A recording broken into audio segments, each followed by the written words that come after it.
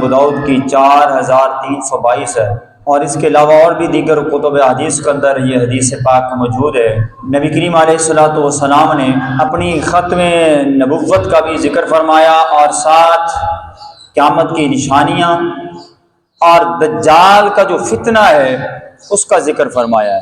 یہ دجال ہے، یہ قرب قیامت میں جب ظاہر ہوگا، صحابہ عرض کرتے ہیں کہ نبی کریم علیہ الصلوۃ والسلام نے ہمیں خطبہ ارشاد فرمایا، اور خطبے کے اندر آپ نے زیادہ تر دجال کے متعلق گفتگو فرمائی، اور آپ علیہ الصلوۃ والسلام نے ہمیں اس سے ڈرایا، اور آپ نے اس خطبے میں یہ ارشاد فرمایا کہ اللہ تبارک و تعالی نے جب سے حضرت آدم علیہ الصلوۃ والسلام کی اولاد کو پیدا فرمایا ہے، زمین میں دجال سے بڑا فتنہ ظاہر نہیں ہوا۔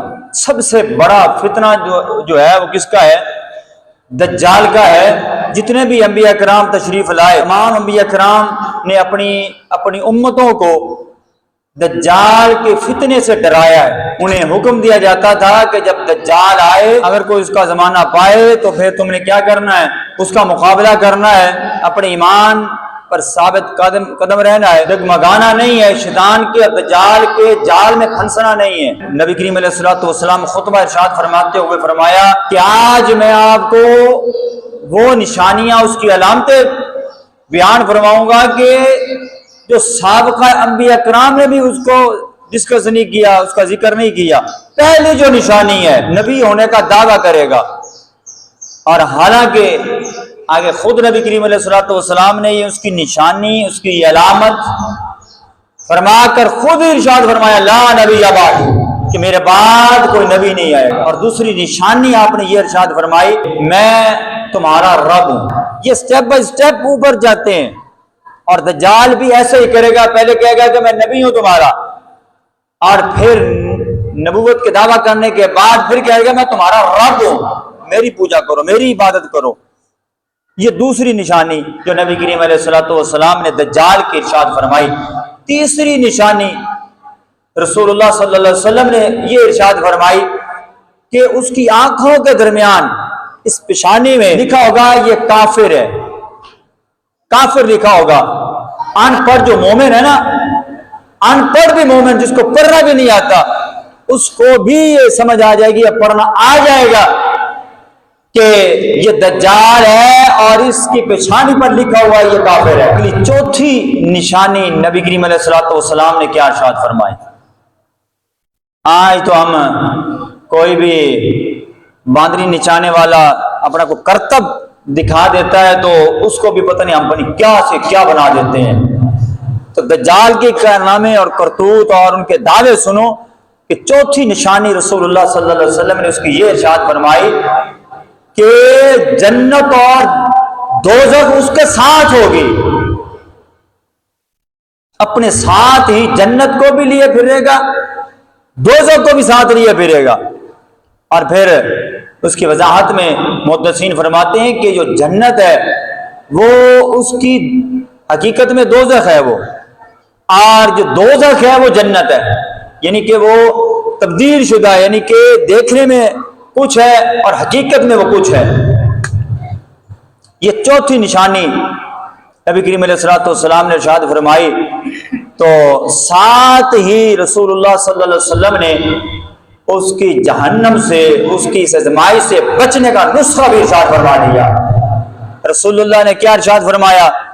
فرمایا کہ سورۃ کہف کی ابتدائی آیات کو پڑھ لینا، جب اس آزمائش کا سامنا ہو سورۃ کہف کی ابتدائی آیات کو پڑھ لینا، اللہ تبارک و تعالی تمہیں اس آگ سے اور اس فتنے سے اللہ تبارک و تعالی محفوظ فرما دے گا۔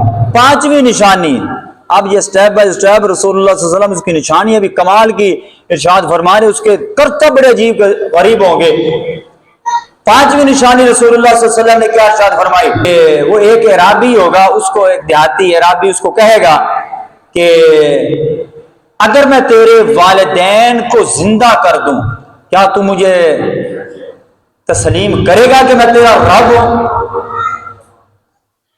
کتنا بڑا جناب جی اس کا یہ فارمولا، اس کا فتنہ کیا کہتا ہے کہ اگر تو چاہے کہ میں تیرا والدین میں سے کوئی بھی جو فوت ہو جائے گا اس کو میں زندہ کر دوں، تو مجھے رب مانے گا؟ تو یہ کرتب، یہ فتنہ دجال بھی کر کے دکھائے گا۔ اچھا، نبی کریم علیہ الصلوۃ والسلام نے فرمایا کہ جب یہ کہے گا تو وہ کہے گا کہ ٹھیک ہے، ہاں میرے تو والدین میں سے کسی کو زندہ کر۔ اب وہ کیا کرے گا؟ وہ شیطان ہوگا جو اس کے ماں یا باپ کی شکل میں ظاہر ہو جائے گا، ہوگا شیطان لیکن اس کے ماں یا باپ کی شکل میں ظاہر ہو جائے گا، اور وہ شیطان ہوگا حقیقت میں شیطان، اور شکل اس کے ماں یا باپ کی ہوگی، اور وہ اس کو کہے گا بیٹا اس کی تو پیروی کر لے۔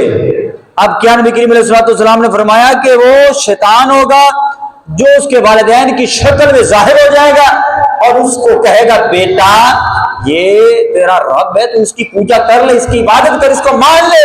اتنا چھٹی نشانی کہ نبی کریم علیہ الصلوۃ والسلام نے ارشاد فرمایا کہ اس کا ایک فتنہ یہ ہوگا کہ اسے ایک شخص قابو میں دے دیا جائے گا، اس انسان کے اس شخص کے دو ٹکڑے کر دے گا، آرا چلا دے گا درمیان سے، اس کو دو ٹکڑے کر دے گا، مار دے گا، مارنے کے بعد اسے زندہ کر دے گا۔ بندوں کو کہے گا اگر میں اس کو زندہ کر دوں تو پھر کیا تم مان لو گے کہ میں تمہارا رب ہوں؟ فتنے دیکھو دجال کے، جو نبی کریم علیہ الصلوۃ والسلام نے اس کی نشانیاں خود ہی ارشاد فرما دی ہیں۔ تو کیا کہے گا؟ مار کر بندے کو، پھر بندوں کو کہے گا اگر تم کہو تو میں اس کو زندہ کرتا ہوں، پھر زندہ کرنے کے بعد کیا تم مجھے اپنا رب مانو گے؟ آگے مومن کہے گا کہ میرا رب اللہ ہے۔ مومن جو ہوگا، پکا مومن جس کا ایمان کامل ہوگا، وہ کہے گا میرا رب اللہ ہے۔ تو اللہ کا دشمن ہے، تو دجال ہے، اور کہے گا اللہ کی قسم تیرے بارے میں جتنی سمجھ مجھے آج آئی ہے پہلے نہیں آئی تھی، آج میں پہچان گیا ہوں کہ تو دجال ہے، تو فتنہ ہے۔ اور پھر ابو سعید خدری رضی اللہ تعالیٰ عنہ اسی جناب کی روایت کے تحت وہ فرماتے ہیں کہ جب رسول اللہ صلی اللہ علیہ وسلم نے یہ نشانی ارشاد فرمائی تو ہم نے ذہن میں سوچا کہ ایسا جو مومن ہے جو اس دجال کو نہیں مانے گا، اور پھر ساتھ رسول اللہ صلی اللہ علیہ وسلم نے اس کی جناب شان بھی بیان فرمائی کہ جو ایسا مومن ہوگا جو اس کو نہیں مانے گا اور اس کا انکار کرے گا وہ جنت میں اعلیٰ مقام اور مرتبے پر ہوگا۔ ساتویں نشانی جو نبی کریم علیہ الصلوۃ والسلام نے ارشاد فرمائی ہے کہ وہ آسمان کو حکم دے گا بارش برسانے کا، تو بارش برسنا شروع ہو جائے گی۔ زمین کو حکم دے گا کہ اپنے نباتات کو اور فصلوں کو اگا، تو وہ فصلیں فوری اگائیں گے۔ آسمان کو حکم دے بارش برسنے لگ جائے، زمین کو حکم دے تو جناب جی وہ فصلیں فوری، یہ نہیں ہے کہ 1 مہینے 2 مہینے کے بعد وہ اگے گی، نہیں بلکہ فوری فصلیں اگنا شروع ہو جائیں گی۔ اور یہ 7 نشانیاں ہو گئی۔ 8ویں نشانی رسول اللہ صلی اللہ علیہ وسلم نے یہ ارشاد فرمائی کہ اس کا ایک فتنہ یہ ہوگا، ایک قبیلے سے گزرے گا، ایک قبیلے کے ایک بستی کے پاس سے گزرے گا، اور اس کے دعوے کو وہ تسلیم نہیں کریں گے۔ وہ دعویٰ کرے گا نا میں تمہارا رب ہوں، اور وہ مومن بستی ہوگی اور وہ کہے گی ہم تمہیں نہیں مانتے، ہم تو رب وحدہ لا شریک کو مانتے ہیں۔ تو وہ کیا کرے گا؟ اب آزمائش دیکھیں، اس کو نہ ماننے کی وجہ سے ان کے جتنے بھی مواشی ہوں گے، جتنے جانور ہوں گے، وہ سارے کے سارے مر جائیں گے۔ 9ویں نشانی رسول اللہ نے یہ فرمائی کہ ایک ایسے قبیلے سے گزرے گا کہ ان کو کہے گا کہ تم مجھے اللہ کا اپنا مجھے رب مانو، مجھے خدا مانو، میری پوجا کرو، میری عبادت کرو، تو وہ اس کو تسلیم کر لیں گے۔ پہلا قبیلے سے گزرے گا، اس کو تسلیم نہیں کریں گے، ان کے مویشی کو ہلاک کر دے گا۔ اب ایک اور قبیلے سے گزرے گا، رسول اللہ نے فرمایا کہ اس کے دعویٰ کو وہ تسلیم کر لیں گے کہ نہیں واقعی یہ سچا ہے، یہ خدا ہے، رب ہے۔